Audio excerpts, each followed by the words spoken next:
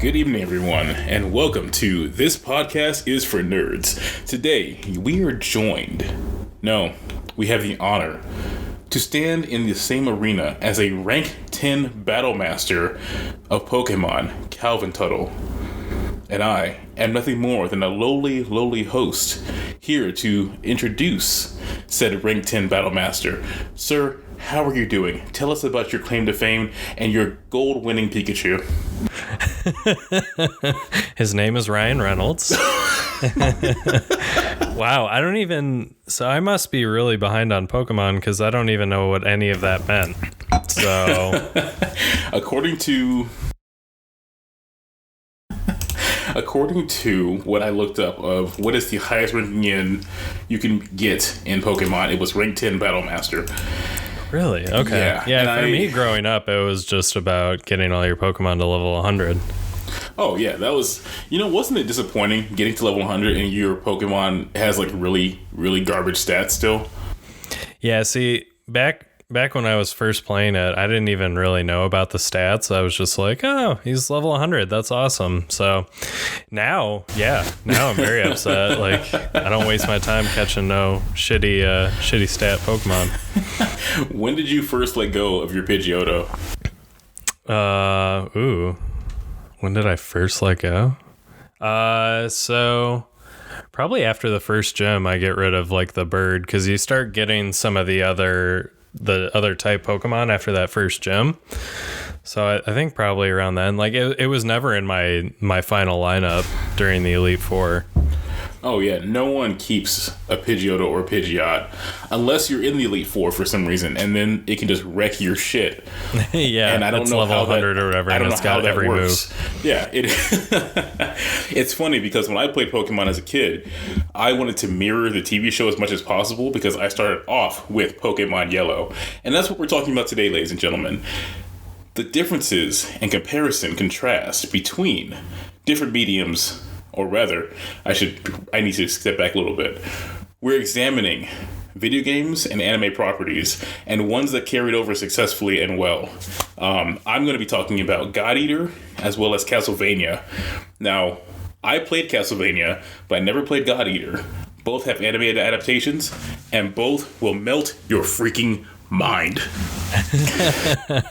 Yeah, mine are Pokemon because I don't know.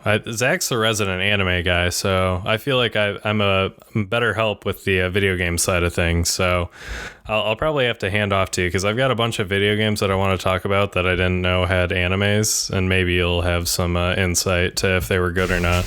That's interesting. I'm actually very curious about that. So that's a good way to break this up. So we talked about during our fan reaction podcast. That was episode 3. Go back and listen to it if you haven't already. It's great. It's pretty good. Hashtag Sonic Teeth, boys. Is that our new hashtag? I'm putting Sonic Teeth on everything. I want a Sonic Teeth t-shirt. We get a Sonic Teeth tattoo. Don't quote me on that. Check our merch store for a Sonic Teeth shirt. It's just going to be a picture of Zach with Sonic Teeth. It's going to be Sonic Teeth, hashtag Sonic Grills.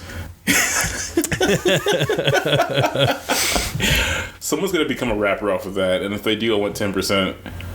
Yeah. I don't care if you make $50, you're giving me 5.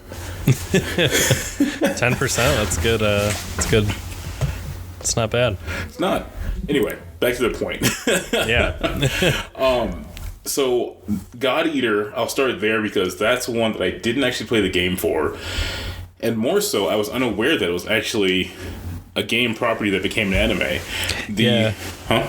I was just agreeing with you. Yeah, I didn't know that either.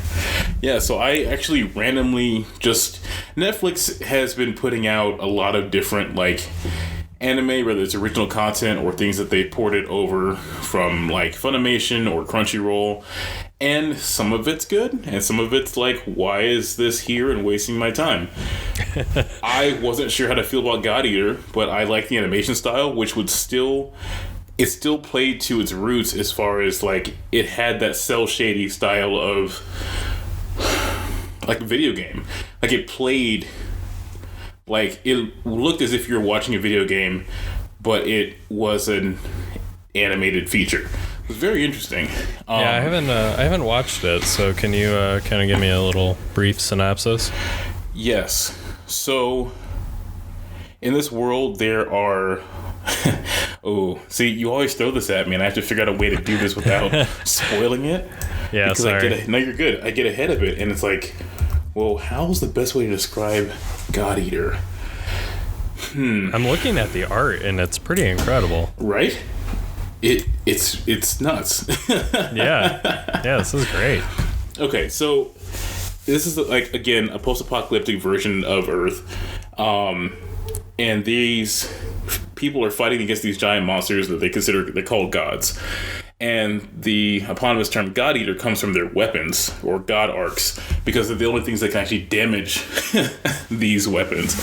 And not everyone can actually possess or own these kind of weapons to actually use them, because you'd be compatible to a certain rate with the user's body in order to wield them, and thus you become a part of fighters who can actually go and fight for the company. The company owns a territory that I can say that, you know how most post-apocalyptic worlds, resources are scarce and people tend to hone themselves or keep themselves back inside of domes. This world is no different. So for some reason, the gods can't break in to the protected areas, so people naturally want to flock to them and keep their families safe. The unfortunate part is only people who have the gene and their families who are like blood related to them are allowed to move in, because they want to recruit the people to fight against the gods. So that on its own gets pretty wild. Yeah, it sounds very video gamey, so it makes sense that that's how it originated, I guess. Yep. The lead character basically wanders in out of nowhere and just survives the wasteland on his own. And everyone, of course, is like, whoa, that's crazy. How'd you do that? What I love about this is that it's not the typical, hey, this anime character survived in the wasteland on its own, and now he's here, and he's edgy, and he's different, and he can't be beaten. Oh no, this dude gets the literal piss kicked out of him on a regular basis. I live for that stuff, man. I hate animes where the lead is just like so OP and he never struggles. Yeah. I feel like we talk about that all the time. he's a really good fighter. He survived, in the wasteland on his own. So he's not like a terrible fighter by any means, but he still has a lot to learn. And if I'm doing this right... Yeah, so the monsters are actually called origami. So that was my mistake, because I actually decided to look this up real quick. So... yeah, that's the basic premise. And so you learn throughout time, how people were planning on fighting the origami. You learn about the different characters and then their particular god arcs, because every person's weapon is different based on their user. And it's a fun ride, honestly. Like, if the video game re-released, 'cause I think it came out in 2011, I would actually go play it. It looks like it'd be a lot of fun. Wow. Very cool. Nice. Yeah, so maybe we just kind of bounce back and forth, I guess. Yeah, totally. Okay. Yeah, so I did a bunch, I wouldn't say a bunch, but I did some research looking up animes that came from video games. And it feels kind of timely right now. Apparently there's an anime that is based on the Animal Crossing video game series. Have you heard about this? No, actually. It's called Dobutsu no Mori, also known as Animal Crossing the movie. Oh, it's a movie. It's not a show. But it's all about a young girl moving into an animal village during the summer, and she gets put to work by a tanuki, which is Tom Nook. That's hilarious. This is definitely something I have to watch. 'Cause I mean, like, I don't. I guess there's enough there to make a movie. I'd be shocked if they actually made a show out of it. I just realized Tanuki is Tom Nook. Yeah, Tom Nook is a tanuki. Okay.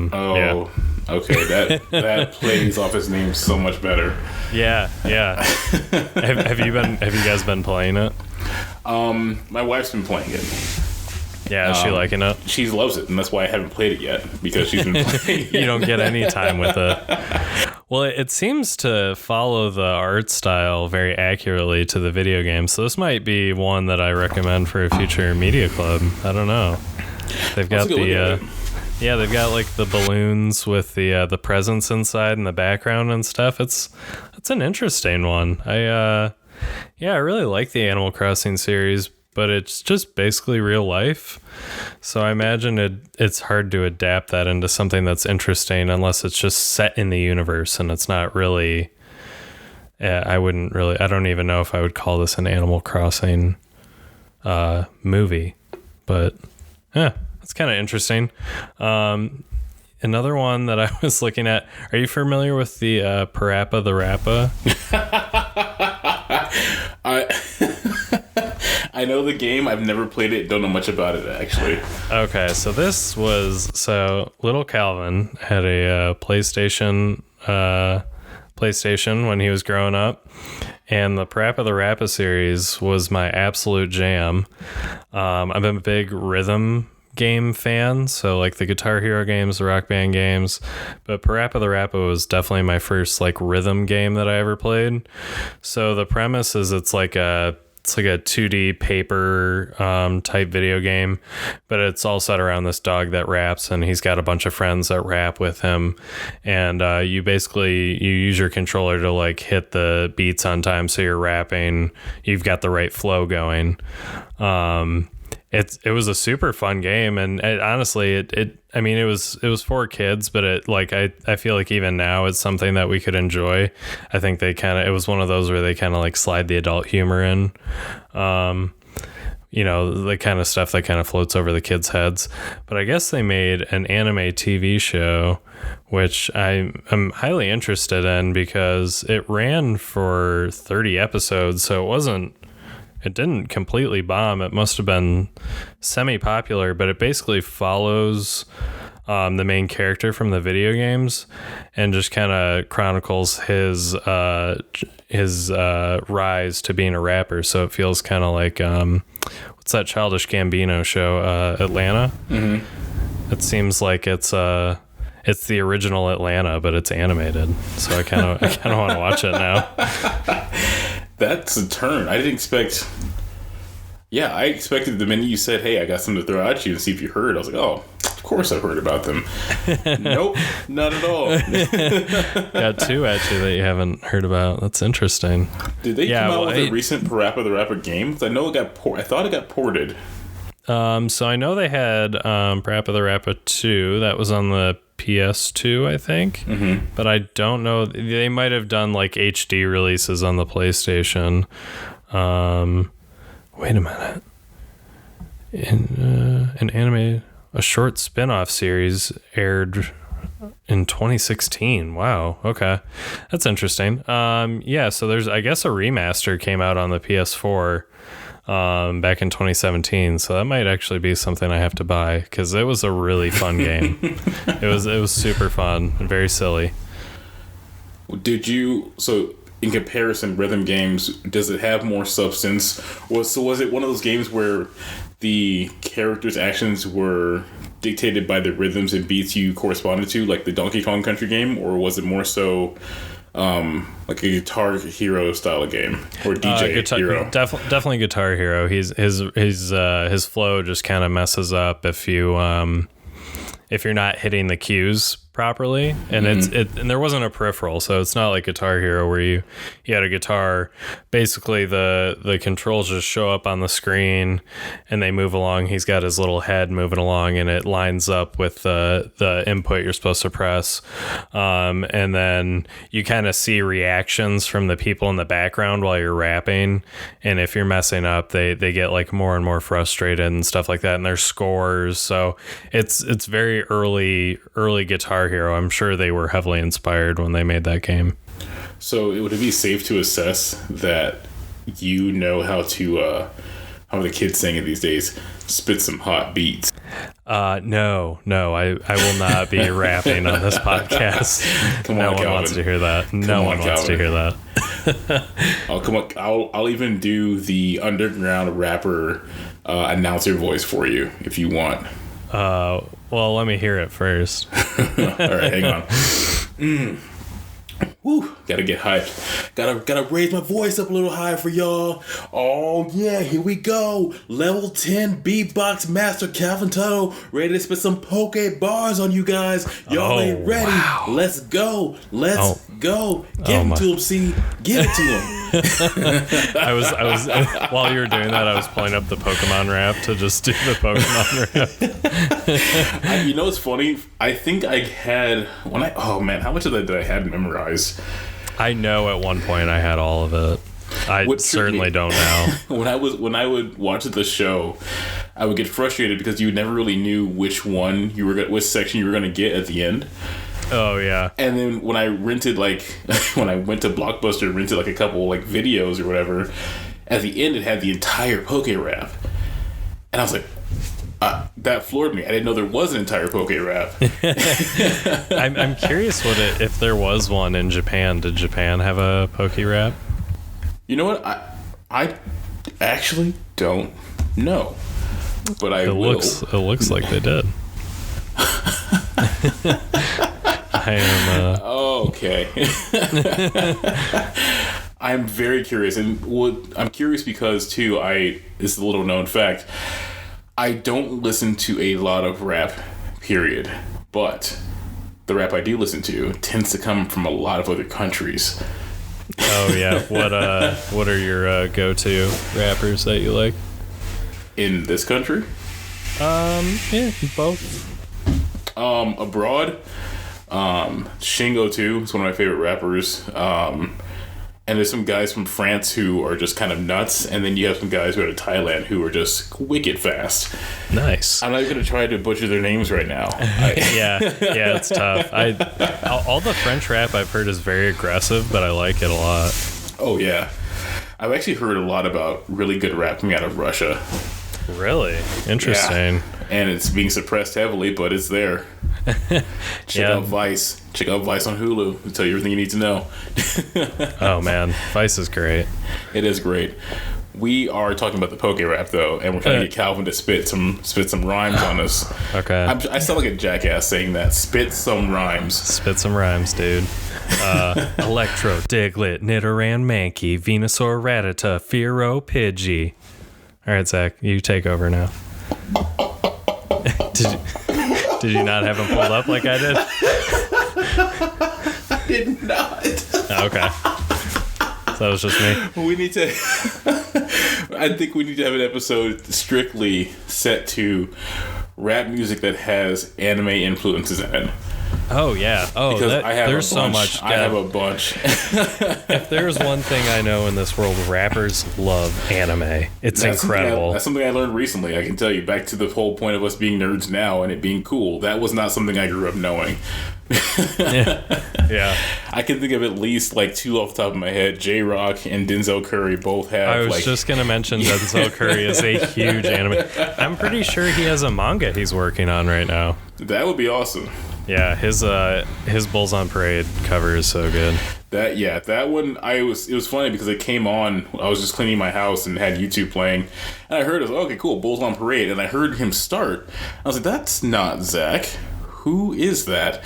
And I heard it, I was like, wow, and I was just kind of floored. Like, this sounds so. This could be his kid. yeah, it's unbelievable. Yeah, wow, we definitely derailed there. Did you have another video game that went anime that you wanted to talk about? Yeah, totally. We're going to talk about Castlevania because Season 3 of a Netflix adaptation of Castlevania just dropped, and I messaged Calvin at 8:30 at night. And that doesn't sound bad, but what sounds bad is when I message him again at 2 a.m. to let him know that I just finished entire Season 3. It's completely done, yeah. I've only seen the first 2 seasons, so... man. It's fantastic. But yeah, go talk about Season 3. You can spoil stuff if you want. No. Okay. I can't. Right. I can't spoil it, but what I will say is this. I was always skeptical about, I think I mentioned this both on the second podcast and the third, always skeptical about adaptations. You never know where they're going to go. You just don't, especially with properties that I grew up with. I mean, Castlevania, the Belmont name, all of that, it's classic. You know it. It's part of your childhood. And they've had different games that went to 3D platforms and this and that, and to different levels of success. Oh, yeah. This thing, ladies and gentlemen, if you are not subscribed to Netflix, go subscribe to Netflix. Only for the reason of watching this series. I will say wait till season 4 comes out. That way you can use the free trial. And then if you don't like Netflix after that, don't keep paying for it. But that's exactly. Not me telling you to do that. That's just what people do. Anyway. Yeah, I would say even for non-fans of anime, I think people would enjoy Castlevania. It doesn't have the typical anime tropes at all. No. It is a non-stop action thrill gore fest. Yeah. I will say that's my one warning. If you are not a fan of gore, or you can't handle certain religious principles or aspects, I would not watch this anime, because it gets dark. Yeah, it's incredibly dark. Yeah, I remember watching the first episode and I was like, holy shit. Yeah, it's dark, but it's still still funny. Like, it's witty. Oh, totally. Yeah. Yeah, it just gets better too. I think season 2 was fantastic. So you've got me very excited for season 3.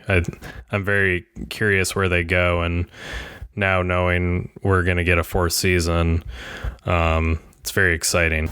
Oh yeah. So just laying the backdrop for people, this is set in the age of Europe, where you have Count Dracula, Vlad Tepes.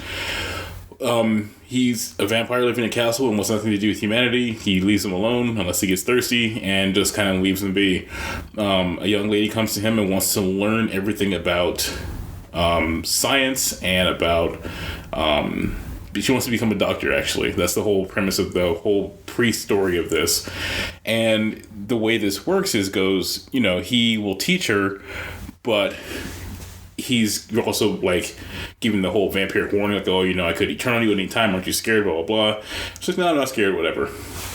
So this is set in the time of Europe where heavy religious influence, lack of any kind of scientific, it doesn't specify if it's in the Dark Ages necessarily. Obviously this is a separate world, I would say. I wouldn't say it parallels with it can't, because of how what am I talking about?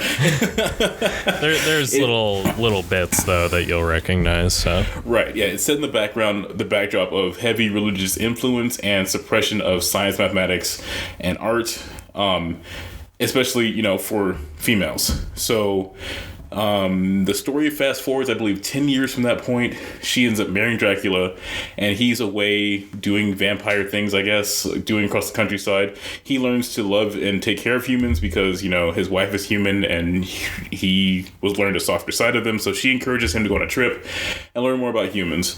In the meantime, she is helping the village in his stead, helping cure people with what she's learned, helping teach people because of what she's learned with her different, scientific things that she learned through a vampire teaching her, being her study.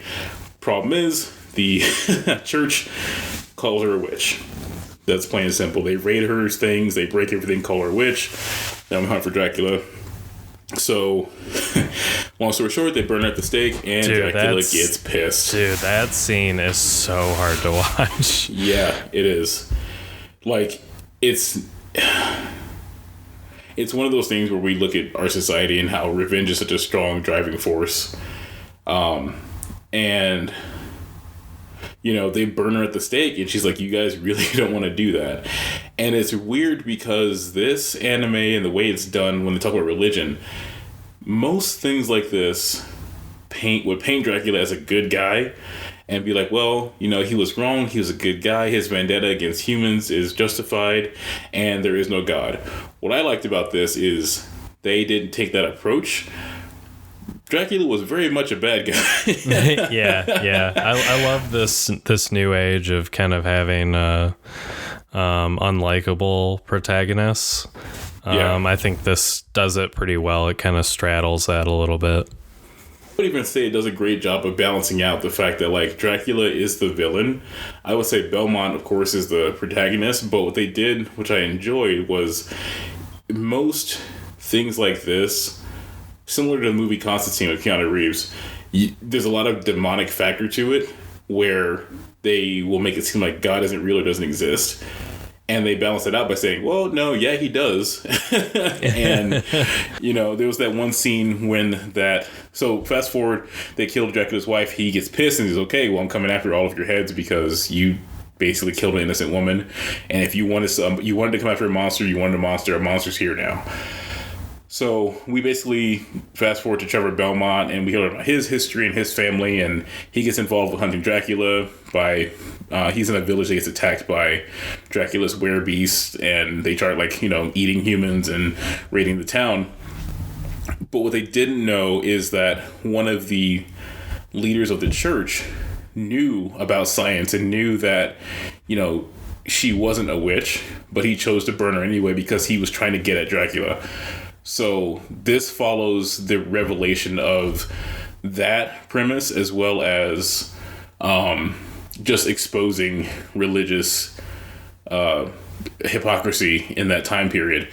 One of the things that I thought was interesting is that, sanctification is a very real thing and holy water is a real thing. And so there was one scene where this corrupt priest was actually killing people. And he was the leader of they didn't say the Inquisition, but it was kind of the Inquisition. It's assumed. Yeah, it's pretty much the Inquisition. So there's one scene where he's in a church and the demons break in to get him, and he puts a cross up and it's like, no, you can't do this, you can't be here. And the demon laughs at him and he goes, I forgot what he told him exactly, but it's very akin to the scene in Constantine where the archangel tries to help Beelzebub take over Earth, and then when Satan shows up, the archangel tries to strike Satan down, and the sword doesn't go anywhere, it just freezes in midair. And Satan looks at the archangel and goes, "It looks like your father's not backing you anymore." And I was like, yo! Oh, you fucked up. I was like, ooh. Because, again, the priest wasn't a good guy. And the show is just unapologetic about its premise. Demons exist. They're not good things. Dracula exists. He's not a good guy. Monster hunters exist. They're mostly the good guys. God exists, and he has power to stop the demons in the world. And again, it comes down to, it doesn't even go after the whole aspect of well, if God's so powerful, why doesn't he? That's not the point. It's the balance. And I think this anime adaptation does a great job of putting all these things into play. And who knows what season 4 is going to hold. Yeah. Did you play the Castlevania games much? I played some of the earlier ones. I played some of the ports. Okay. Symphony of the Night. Oh yeah. Yeah, that was just brutally hard, and also just very terrible to play as ports on your phone because the controls, you need Game Boy controls to play that game. Oh, you have a Android though, don't you? I do. You can set it up so you can play with a Bluetooth controller. Really? Yeah, if you get a PS4 controller, you can hook it up to your phone and use that to play video games. I'm not sure if that controller can pass through my my door without burning. Oh, I forgot you're Xbox, hardcore Xbox guy. Whoa, easy there. There's no reason to come after the closest thing to the PC Master Race. Yeah, I as a PC guy, looking back now, I take such issue with that the Master Race part of it. You guys do realize what you're basing that off of, right? I don't think they do, but they also think they don't care. Going in line with the Demon Hunters, this is a game that I played quite a bit as a Catholic school boy because it was rebellious. That's one of the greatest things I've ever heard in my entire life. Yeah, I played the Devil May Cry video games quite a bit. I don't know if you've played those much. I did play them. Which ones did I play? I think I played Devil May Cry 3. Oh, okay. That's that's a pretty good one. Number one's definitely my favorite. 2 and 3, actually. Okay. Yeah. Okay. I thought we had talked about the new ones at some point, but maybe that was somebody else I was talking about with. But anyways, I guess there was an anime for that, so I was wondering if you had seen that, or maybe I just talk about how great the video game is. I have not seen. Was there an anime for that? Yeah, it did not run long. Apparently, it was not super good, but I thought maybe if you had seen it, we could compare the show to the video game. It looks way more clean than the video games are. I feel like the video games are really gritty, and just looking at some of the art for the anime, it seems very clean and like Hot Topic type anime. I feel like that's an insult I throw out a lot, but it was a Funimation show, I guess. But it's set between the first and second game. So in the first game, Dante is a demon fighter. He lost his mom and brother to they were murdered, and so he is like a demon hunter, and he takes out his anger at all these demons for what they did to his brother and mother.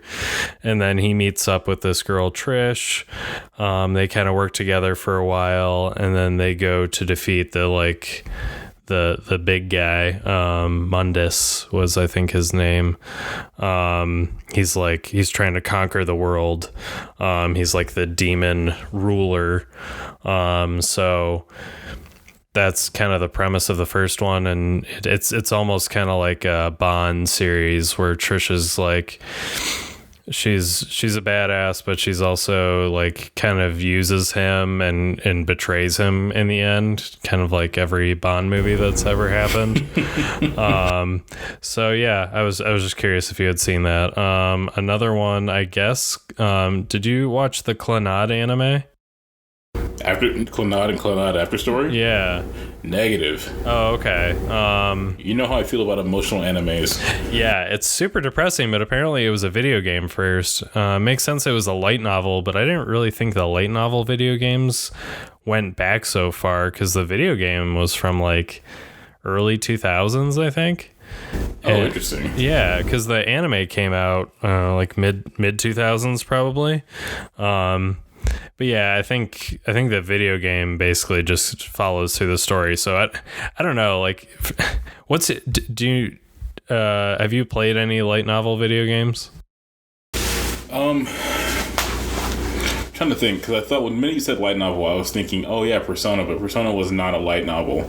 I've played light novel games that were on like Android. Oh, okay. So they're like light novels wrapped inside of the story, I guess. But I guess that's more. See, that's where I get a little lost with light novels, especially when you have a game that sums up a lot of things in between a light novel and the next release of a game. So it's also like, I'm not sure. Yeah, I don't even know if I really classify light novels as video games, because generally speaking, there's not much going on there. You just kind of click through dialogue. Yeah. You don't really have any control. I will say, this is totally unrelated to the topic, but have we talked about Doki Doki Literature Club? I think you mentioned this off mic. Oh, okay, before. Maybe we haven't talked about it on the pod. That is like one of my favorite games that came out. I think it was 2018 it came out, and that game is absolutely fantastic. So I think so with the Media Club, I think we're doing like a TV show, movie, maybe like a book. Do you do much reading? Are you a reader? I am, and there actually are some, I guess, if we do book, and if we're keeping in line with the nerd kingdom, so different ways we go from this. Like when you mentioned book the first time, I thought of my favorite Batman comic, which was The Long Halloween. Oh, I haven't read that. That one's excellent. Okay. Because I forgot there was one Batman has spawned so many random animated series over the last 10 years. Oh, and they're so good. They are. They're so good, man. Will Friedle as Batman is fantastic. Never would I have thought that, what was his name in Boy Meets World? Did you watch Boy Meets World? I did. Okay. Was it Eric, I think was his name? I would never expect that guy to play a good Batman, but he does. Yeah, who would have thought Will Arnett would be a good Batman? Yeah, oh my gosh. Yeah, I wasn't crazy about the Lego Batman movie, but I do like him in the Lego movies as Batman. Perfect. I mean, his voice acting, he, coming from Arrested Development and then kind of like not seeing him for a bit, and then coming back with like Flaked and was that good? BoJack. Flaked was I would call it a live action BoJack, actually. Yeah, that's kind of what it seemed like, because I was super into BoJack, and then that Flaked came out, and I think I watched maybe an episode, and I just couldn't really, him as like an alcoholic, I was like, oh yeah, I'd rather see him as the horse being the alcoholic. Well, the weird part is that was a lot of like what he was really dealing with at the time. Oh really? I didn't know he was an alcoholic. We're not here to slander Will Arnett. We love Will Arnett. Do you want me to confirm that? No, you don't have to. Like, that's kind of like why he and Amy Poehler split. There's just kind of a working through that type of thing. Oh, okay. All I can say is that from what I watched, it was acting, yes, but also, dealing with his own stuff. So, always an advocate for dealing with your stuff and getting past it. Absolutely. Yeah, good on him. I don't know if he's still going through that, but he is clearly doing well otherwise. His career has really taken off, I think, especially recently with BoJack just finished, and yeah. I liked Flake. It was one of those things that I could definitely watch one time through because it's a heavy show. Yeah. Like, it was just heavy, to say the least. Yeah. Does it have any levity at all, or is it just kind of a bummer the whole way through? No, there's definitely levity in it. Okay. There's a lot of character development, I would say, as well. Yeah. And there's a lot of aspects that the reason why I kept watching it, even though it's it was a heavier show, that's generally not my deal, is that there was, again, more of I want to know where this storyline is or where it came from and how it's gonna play out. Like, it did pretty good to hook, and that says a lot considering I don't like watching stuff like that. Similar to BoJack, honestly. Like, BoJack got hard sometimes. Yeah, man. I think I stopped after season 3 because it was just getting. So I've heard I need to finish because apparently the endings. You do need to finish. Yeah, apparently the ending's very good. That's one on my list. I need to do that. We've been watching Silicon Valley, which I really enjoy. I haven't finished Silicon Valley. It's so we saw TJ Miller do stand up. It was late last year, I think, and all I had really known, I had watched the first few seasons of that show, and he's the best part to me, but I had heard that he had gotten kicked off, and I was thinking maybe he was gonna kind of talk about that, because I think all around that he was going through some serious drug and alcohol issues, but his stand-up was fantastic, so we kind of got back into the show, and I'm really loving him in it.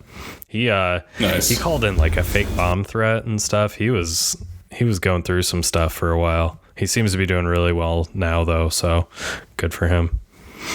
This is the podcast of redemption arcs. Yeah. you thought you came here to learn about anime as I went to video games. You had no idea we'd be talking about personal struggles and how to overcome them, and how happy we are for those who we enjoy their artistry overcoming those things. We support those boys. Exactly. Look what you did now. So going back to talking about this, so we went from Silicon Valley to... Which is not an anime. To Batman. Will Arnett to Batman. Wait.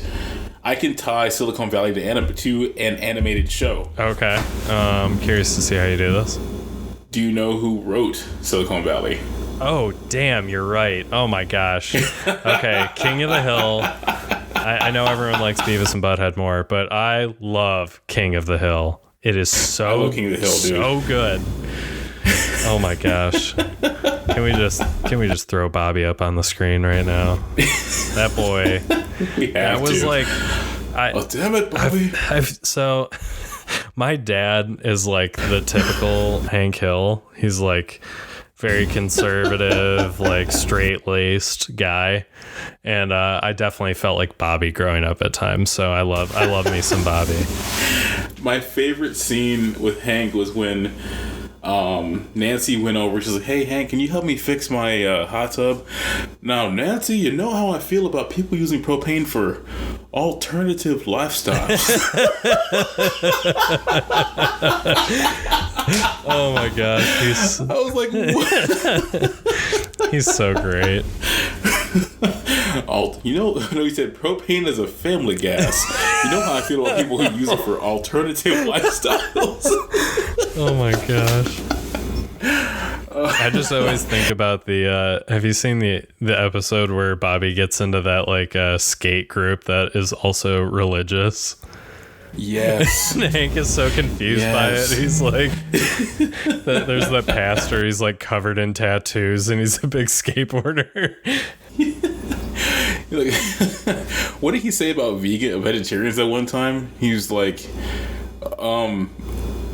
something about you just tell them to go right back outside the door. I don't know. I'll look at that quote.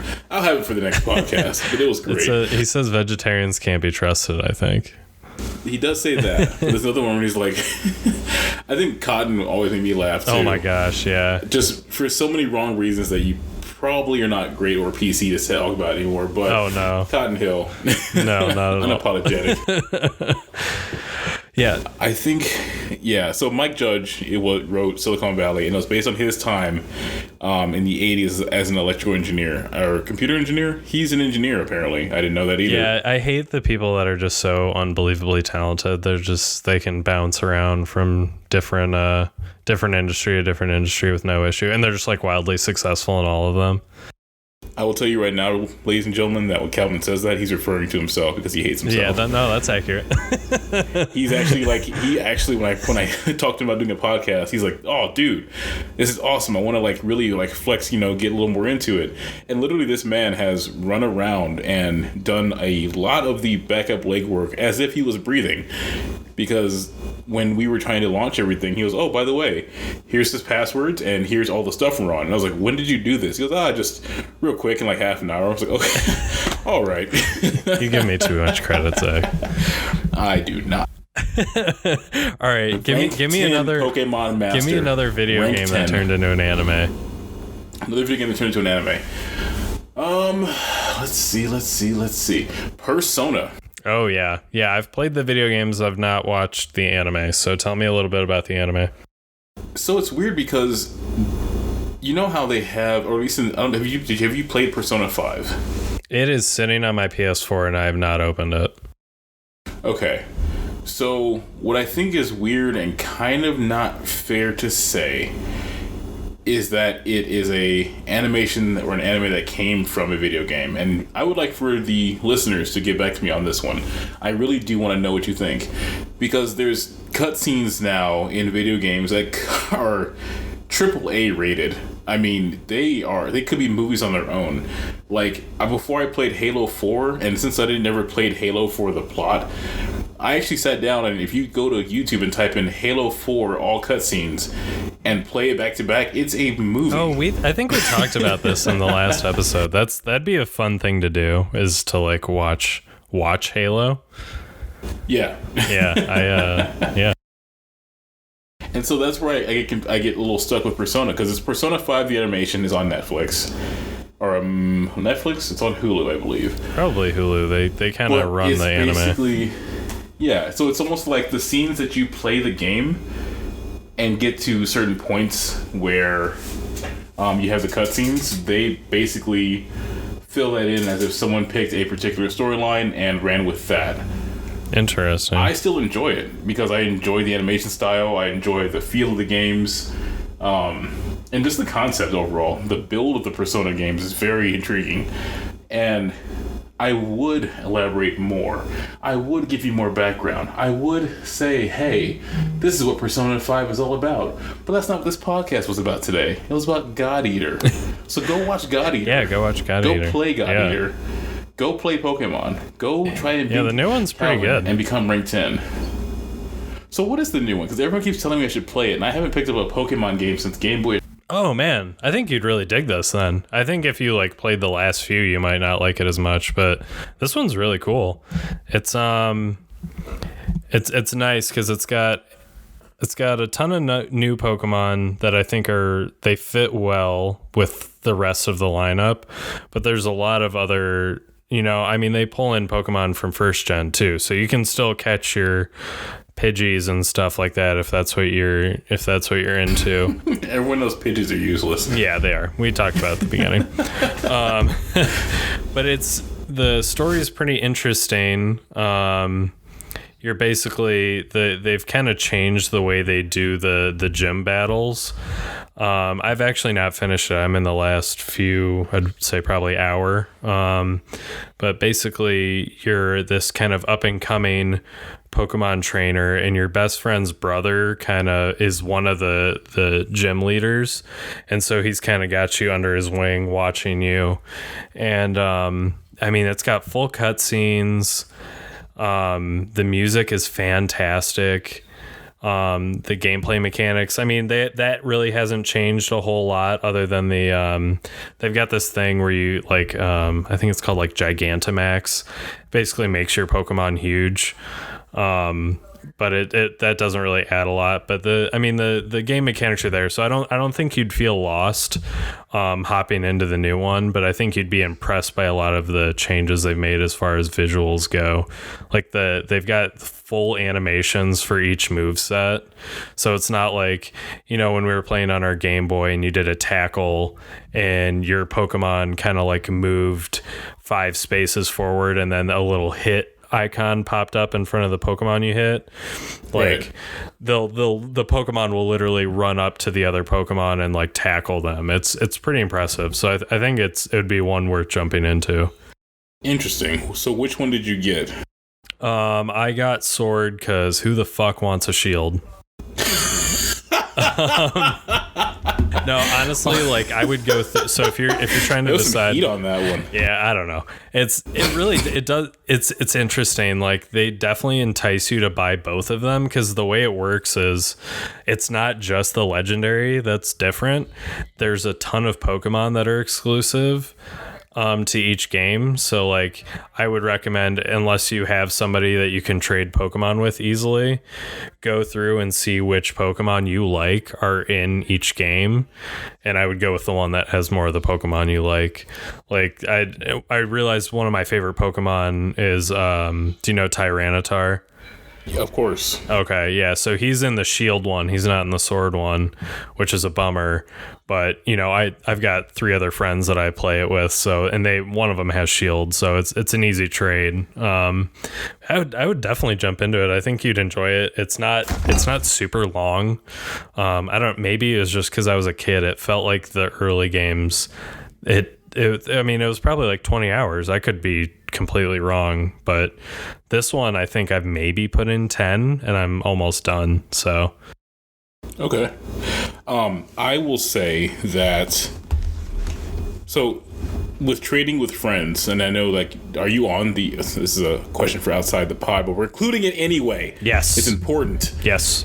For those who don't know anyway, can you trade even though we're not right next to each other? Because the last time I traded a Pokemon, we needed a link cable, and that you had to hold that link cable at a certain height, otherwise you would lose a connection and bad things would happen. Man, I had so many of those moments growing up. I had a buddy there was one friend in our group that had a link cable, and we'd all go over to his place. He had the treasured link, and we'd all spend our days just trading Pokemon. No, you can. I've only done it like when I'm nearby somebody, but you don't need like a link cable. You just need an internet connection. So, it's pretty easy. At my house, which is not close to Calvin's house. Not at all. Can I trade with you? Definitely. Yeah. Oh, well then, okay.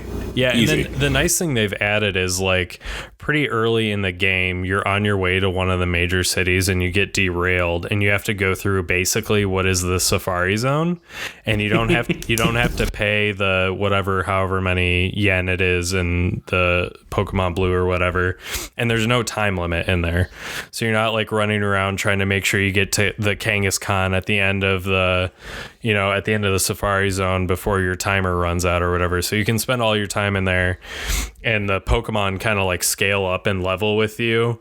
So you have a lot of opportunities, and then they even have raids, which is super cool.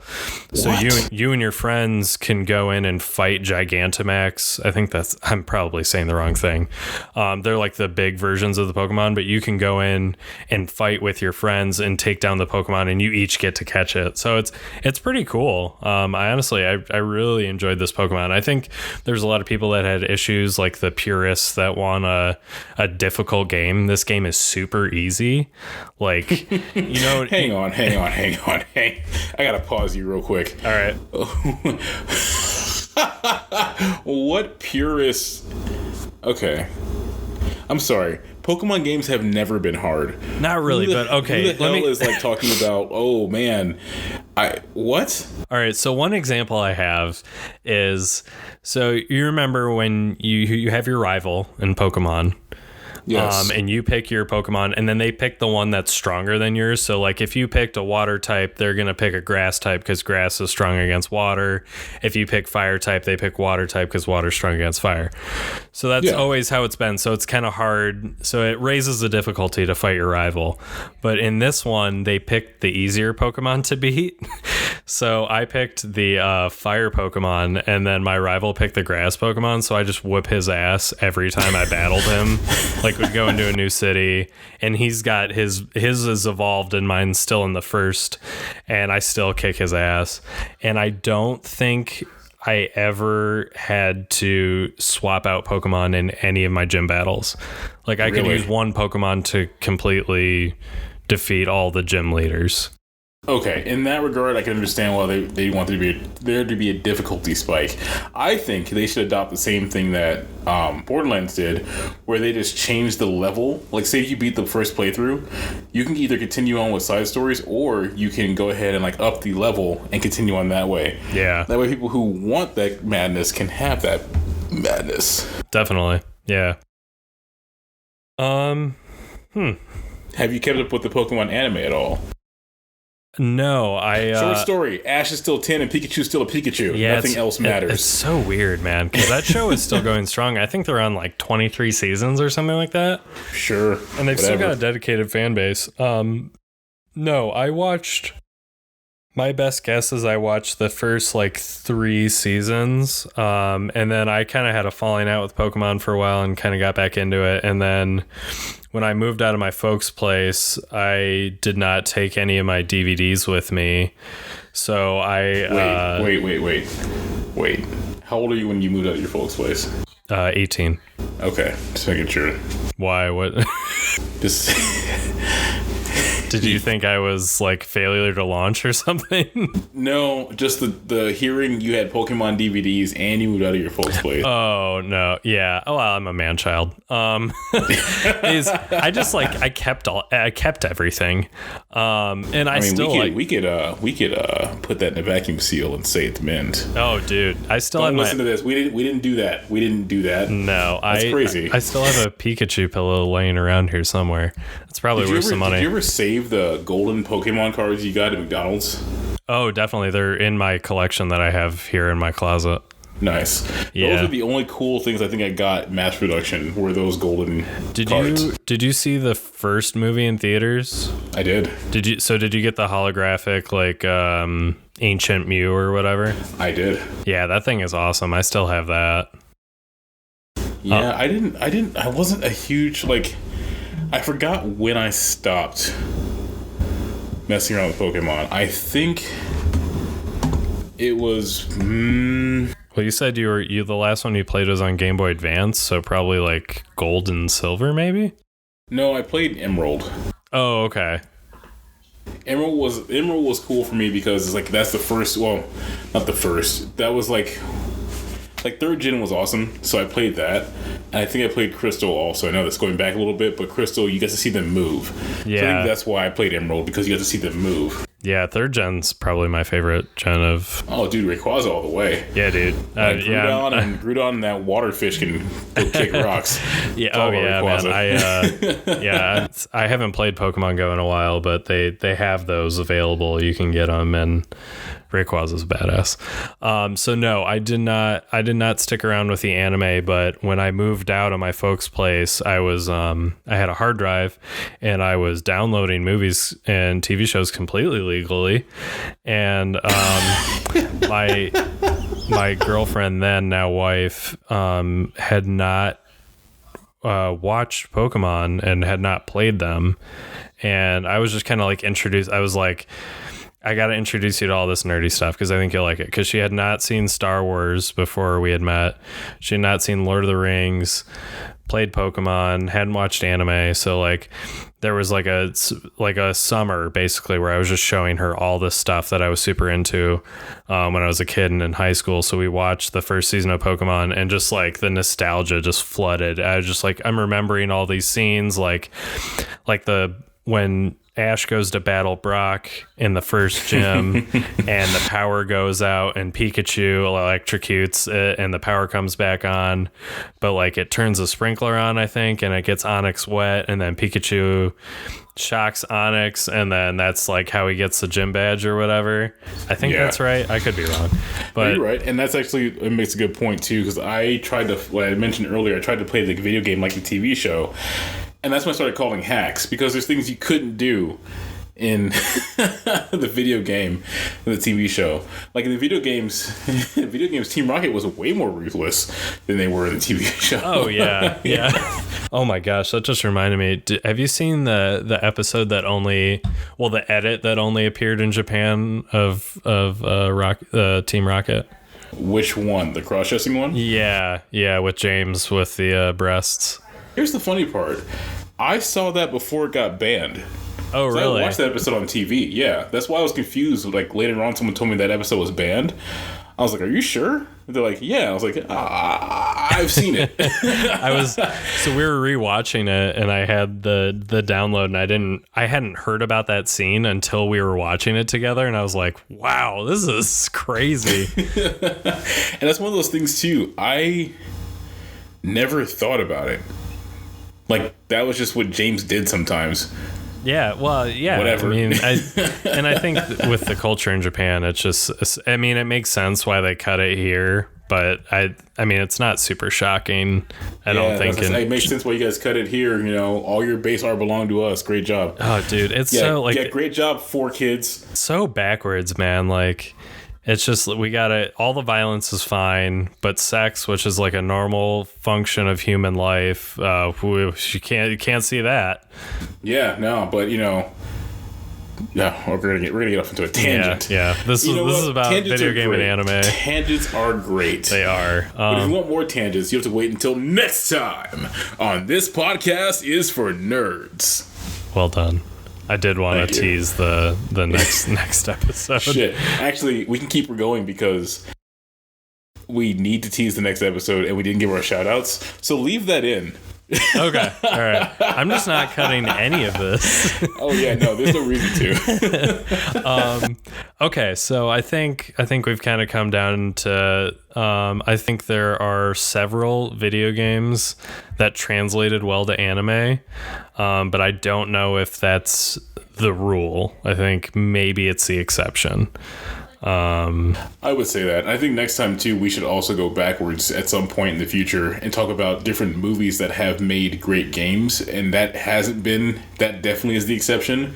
But you said it earlier when you were talking about what you showed your wife. There have been a lot of amazing Star Wars game properties that came off of the source material and the movies. Definitely. So I think we need to talk about that later on, but please continue.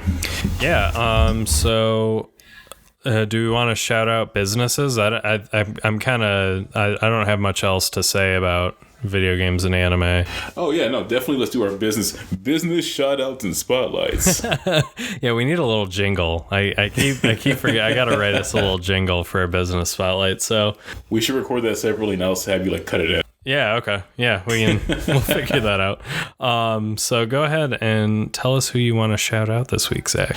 I would like to shout out, and I'm sorry if I'm getting the name wrong because I'm not great with French, but Gâteau Pâtisserie in Dearborn, Michigan. That seems like one of those like automated where like where they have like a robot filling in the last part of whatever they're talking about. Dearborn, Michigan.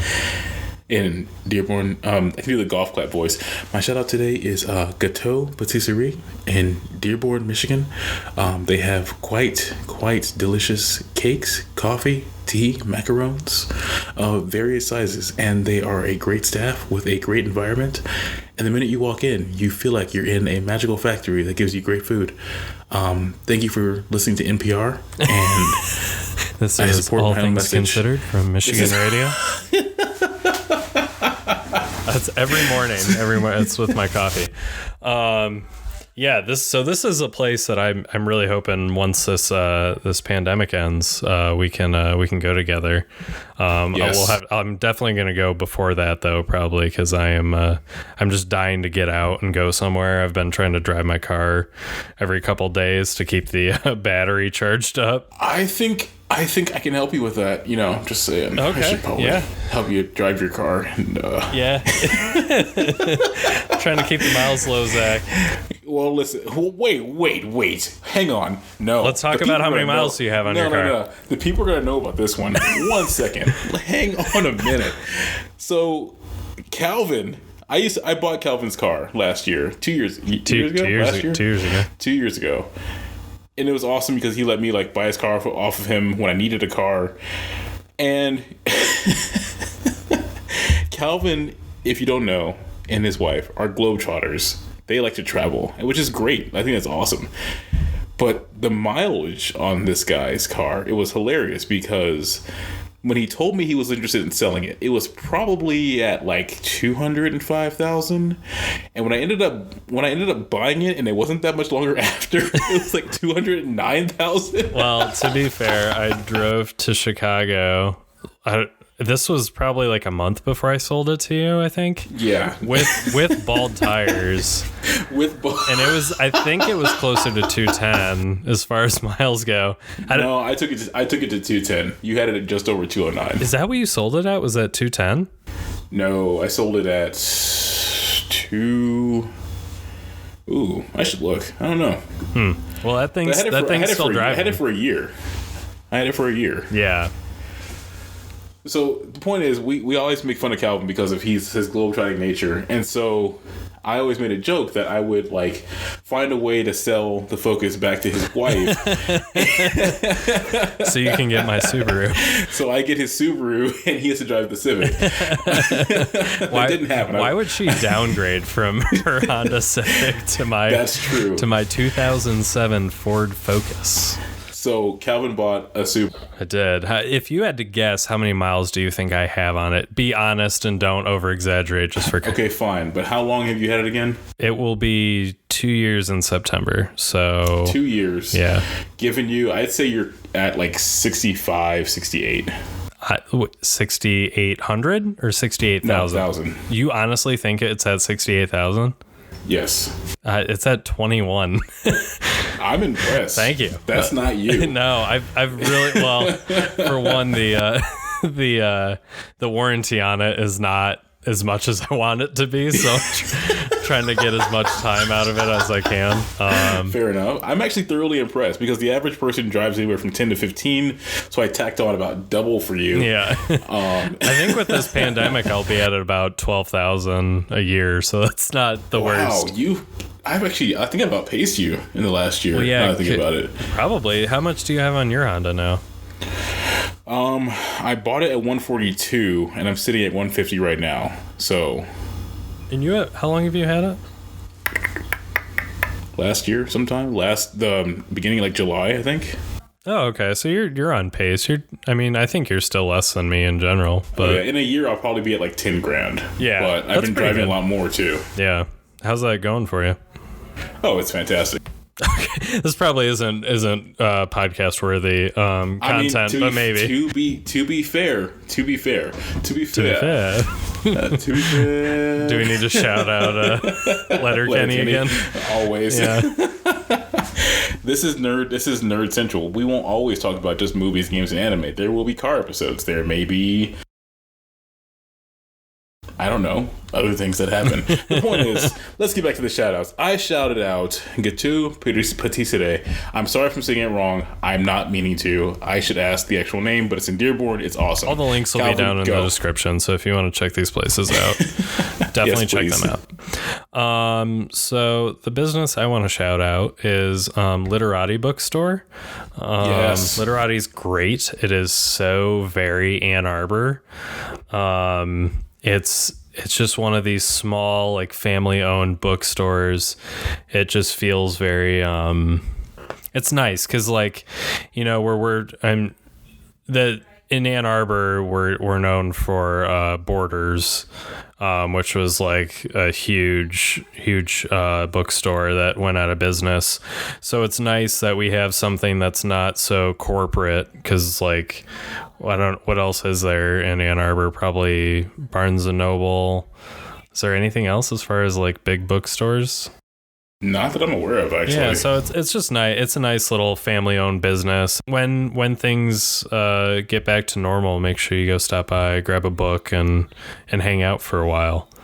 So next week is going to be this podcast is for Nerds Media Club. In episode 4, I recommended we watch the South Korean thriller Burning. You can find it on Netflix. The link will be down in the description. So you have not watched it yet, Zach, is that right? No, I will be watching it tomorrow, actually. Okay, very cool. So yeah, look forward to that. And yeah, you wanna sign us off, Zach? I will sign us off. Friends, ladies, gentlemen, countrymen, countrywomen. I love country women. Hey. My wife's a country woman. If you want more of these antics, join us next time on This Podcast is for Nerds.